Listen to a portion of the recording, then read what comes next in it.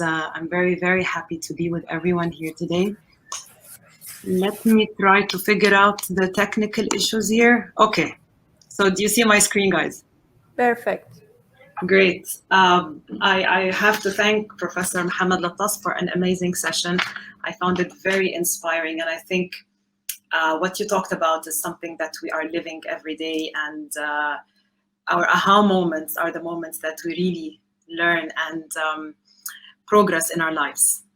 So thank you for the wonderful introduction. I hope that you guys don't think that I've got everything together and that my life is as structured and organized and professional as you see here, because the reality is, this is what it really is. The reality is that it's a run, it's messy, and the most important thing is that we always try to keep color. And we're not alone.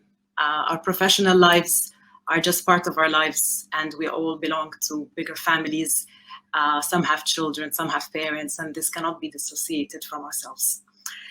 So if I introduce myself briefly, I would like to introduce myself as a student of PharmaCC University in Alexandria that got into my career that I have been blessed with by chance. And a lot of things just happen to you, and sometimes we don't really know what to do next. However, I found my passion through in building effective teams and in turning around challenges to breakthroughs and to bring value to humanity. And really, I believe our industry is a very rich industry where we can really feel our value every day. I did this through believing in the potential of myself and of people, and believing that everything is possible, and the most importantly, believing that we must fail sometimes.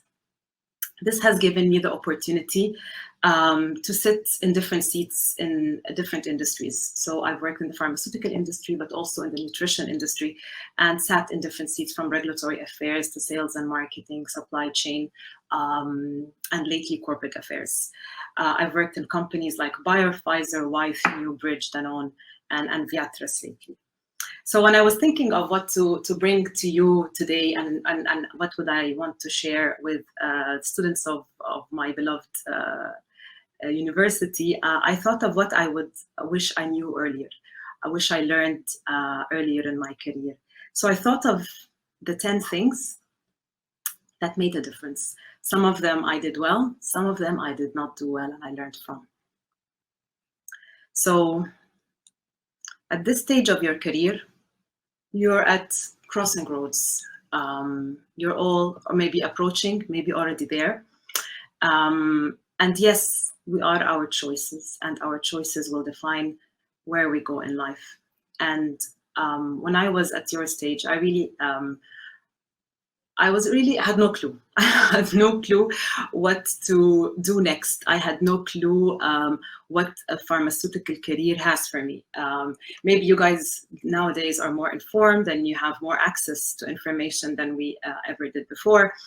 But still, at this stage of your life, you're making big decisions. But what I wanted to do is to look at things differently.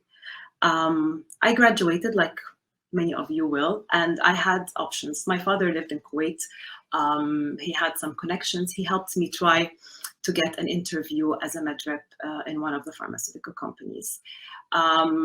I was a bit reluctant. I did not feel a lot of energy about going back to Kuwait. I was living in Egypt at the time. And but I yet went and had the interview. I did not show a lot of enthusiasm towards the job though. And then in the process, the hiring manager at the time told me, you know what, we have something called a regulatory affairs coordinator, but in Dubai, you will have to go to a different country and live alone. And then my eyes started to spark. And I really knew that this was something that gave me different energy. And I learned about myself, what I really wanted to do. I wanted to make my choices based on the road less traveled. This is, I just shared with you, maybe it would be nice for you to have a look at it, a poem by The Road Not Taken by Robert Frost, that talks about making choices, and that we cannot do everything at the same time, and we always have to make a choice. But the first thing that I want you to remember from the 10 things I'm going to share with you today, that you will have to make a choice. Trust your feeling. There are no regrets, just lessons. So my approach was always to choose the road less traveled and try to make an impact through that. But that's not an invitation to do the same, but to at least try to know what drives energy and makes you passionate and give your best. So that's the first thing. I also, as I was preparing for today, I was thinking, what's a career?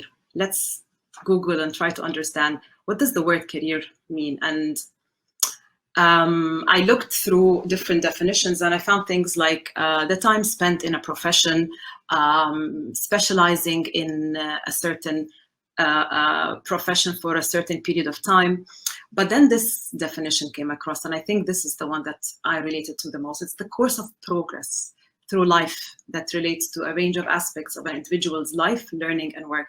And what I love about this definition is the word progress. And it means that there's no perfection. We keep progressing through life.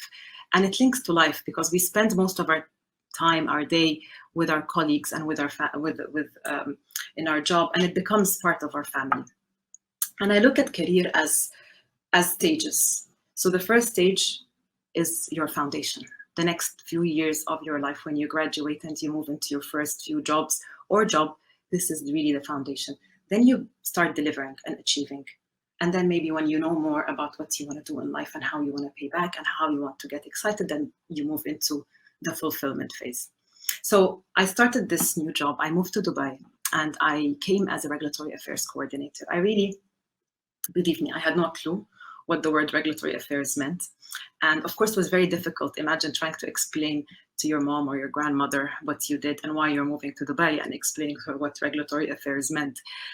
In simple, I wanted to believe that it's bringing innovation to patients, as simple as that, bringing new medicine to patients that need it.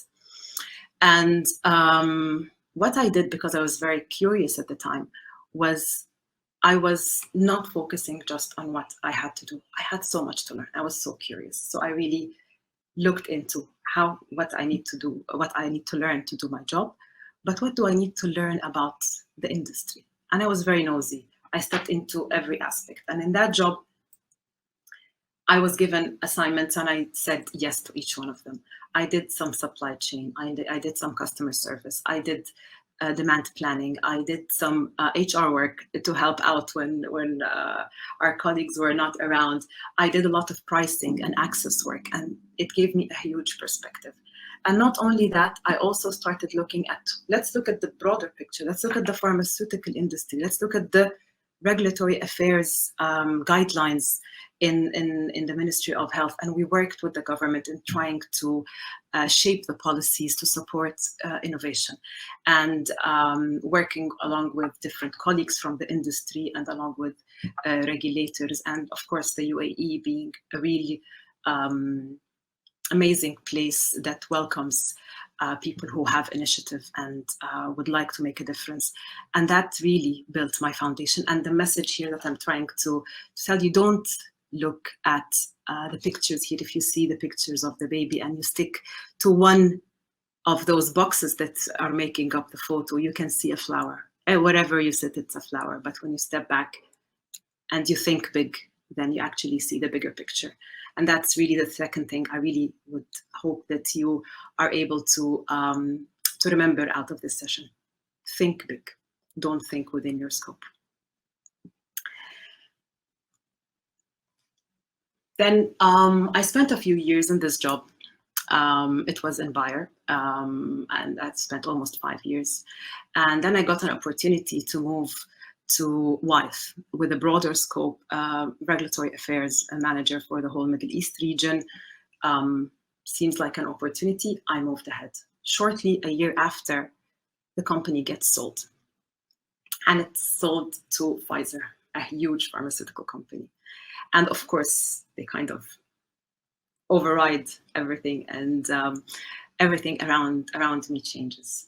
And that was the first time I learned that change is the only constant. Sometimes you drive change, sometimes it happens around you, and not every. We're naturally not excited about change. We like to stay in our comfort zone. As human beings, we prefer comfort. And I saw people around me quitting, leaving the job, not being resilient enough, not fighting for our position. But I realized that the change is going to happen. And I decided that, you know what, I'm going to be the change. So I started working with the new systems, adopting the new mindset. Pfizer is a much bigger organization. And when you work in a big organization, your role then becomes a little bit smaller because there are many people compared to a small to medium-sized company. So you have to let go of things. So I really let myself go with the change, and I supported my leaders at the time to build this change, to build a team, and to bring everyone together behind the new organization. And it paid off. And in a less than a year's time, I was promoted twice, and I became an African Middle East Regulatory Affairs Director, supporting multiple markets across the region. So be the change. Always try to be the change. The fourth thing I would like to talk to you about here is my story with some breakthroughs. So once we moved into this new role, and then the challenges started to come, and the demands of the R&D global team to bring in new innovation into the UAE and other markets around us. And one of the products was a very important product that treats breast cancer. And everyone in the whole organization was focused on this product, and everyone wanted it ASAP. And I was already having a reputation of being someone who's open-minded and tries to find solution-driven and tries to find solutions to challenges. And I was approached with this challenge. What difference can we make with that product? So again, I building on my reputation and intentionally knowing that I am standing to be the person who can make the difference and be the person who is capable of making things happen. So I took the challenge, and I decided, you know what, at the time when products were approved in a year and a half, I said, I'm going to do it in 6 months.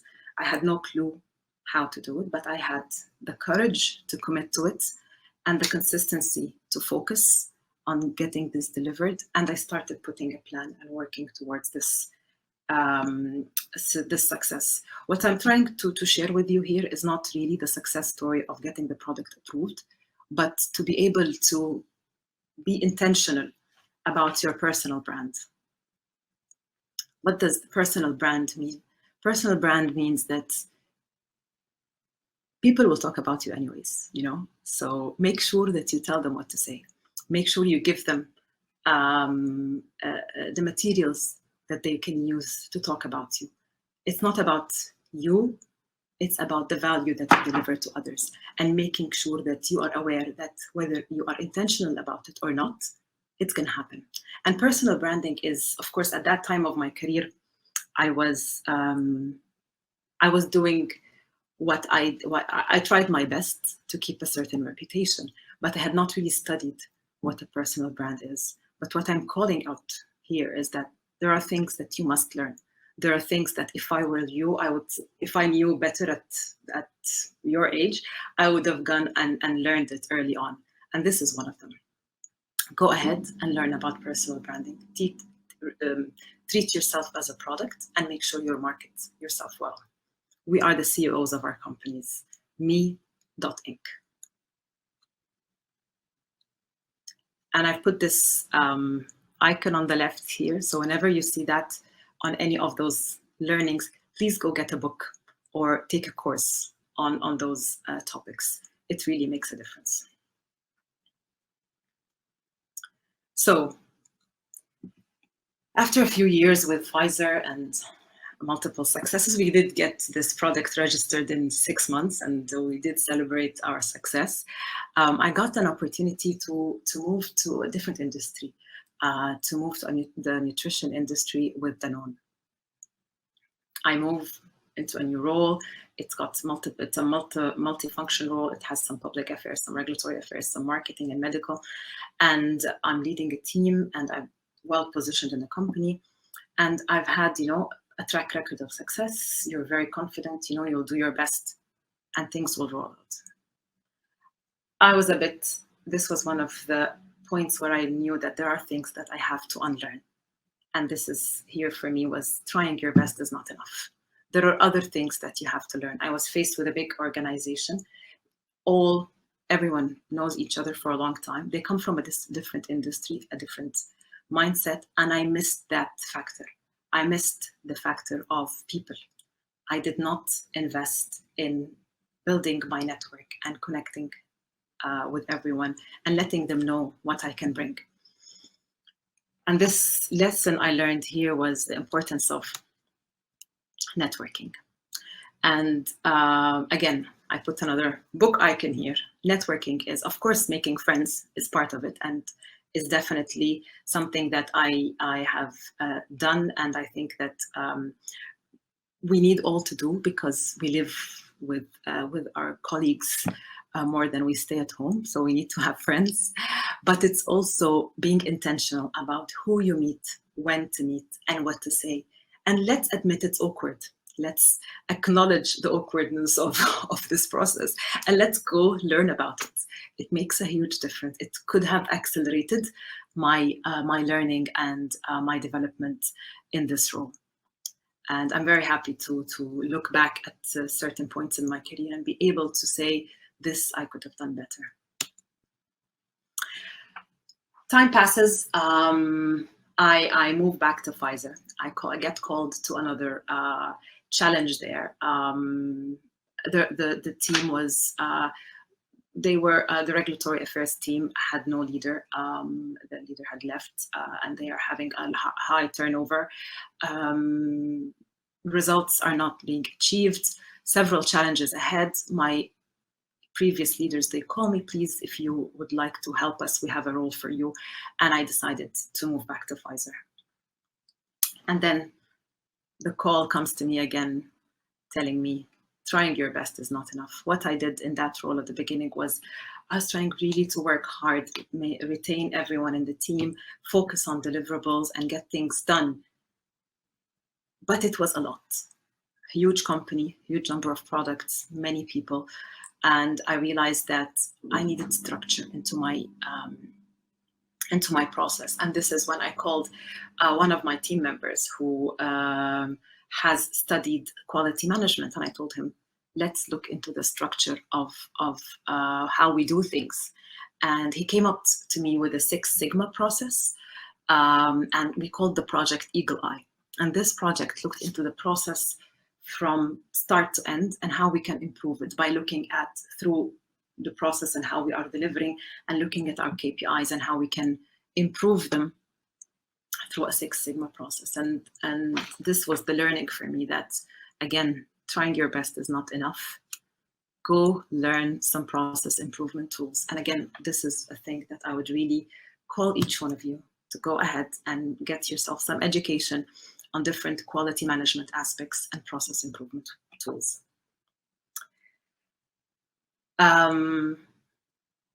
After all of the different successes I've had, and we did really achieve a lot with this project as well,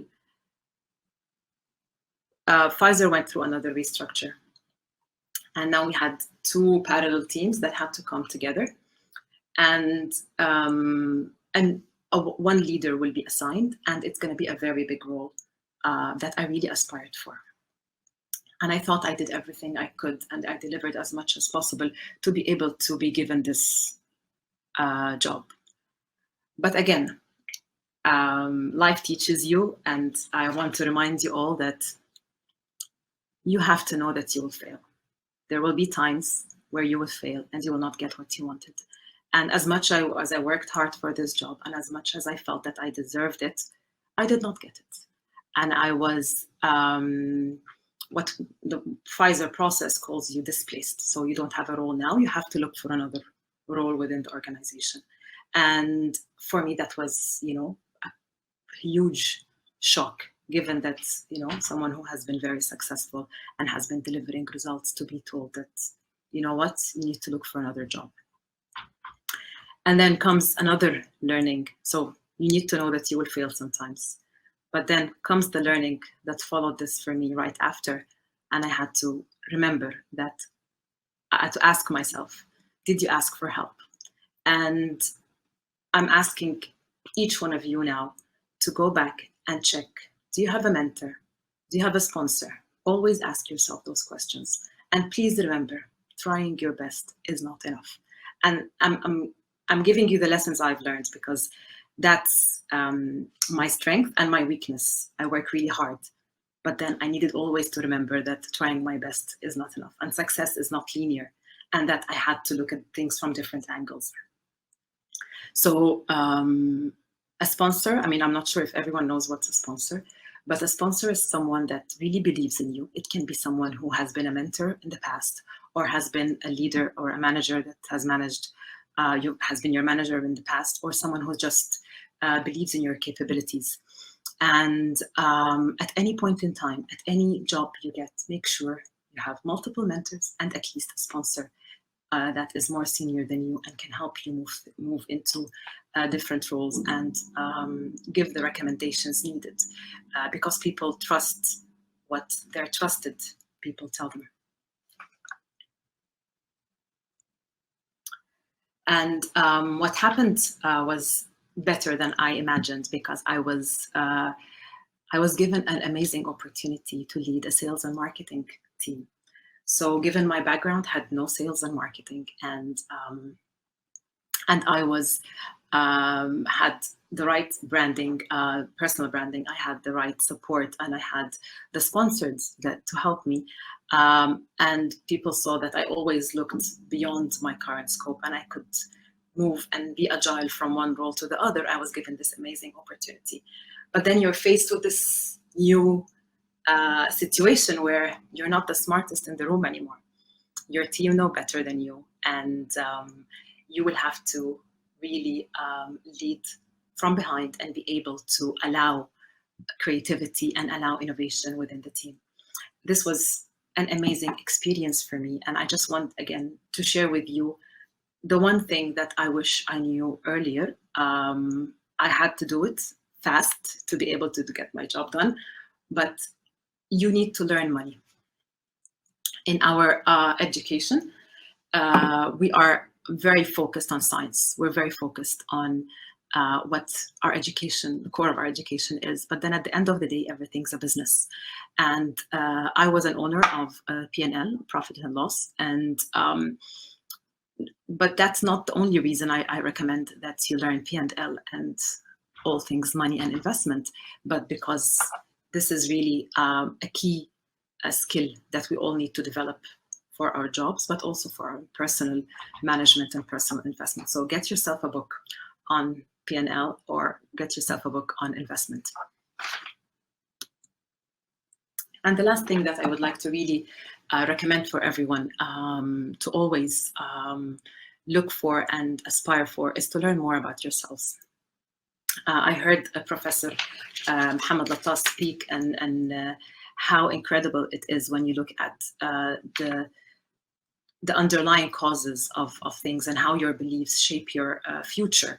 And just a few basics of psychology will make a huge difference. So it has been for me, and I also took a certification in coaching that helped me help myself as well as others in trying to develop and progress through our careers and our life. And that's basically my 10 recommendations for you guys today. And I hope it was helpful. You can connect with me or reach out through my LinkedIn or my email. I do dedicate some of my time for mentoring and coaching young colleagues. So please reach out if you need anything. I do it for free, but definitely I'll be very happy to support the new generations. So I hope this is helpful for you, and I hope it gave you just a little bit of a glimpse of what you can do to help yourself progress. Thank you so much, Rafa. Hello, thank you so much, Doctor. I really enjoyed it a lot, and it's very, like, you summed up experience of many years in a very short time in a very interesting way. It's great, and I myself got motivated, and it really bring hope into our souls. So I believe also the audience enjoyed it a lot. It's amazing how you like, you know, one of the things that I believe it's very important to watch out, that failing is not the end of the world. Failing, it's part of the success path. So this, all of us as juniors need to watch it out and consider that failing, it's not like you are hopeless case. No, it means that you are trying and you are succeeding. Thank you so much for that. I really appreciate your time. And we have 1 minute before we move to Dr. Sirine. I thank you so much for how you summed it up. And if you can give us a small, a brief about how you can balance between your work and life, because it's, I believe it's very critical issue these days. I'll tell you in a simple answer, Rafa. The answer is I don't balance. I integrate, and this is what I have learned early on. I really wanted to have the two, and I did not want to say yes to one and no to another. So I realized that you cannot choose one and not say no to the other. So I decided to blend them.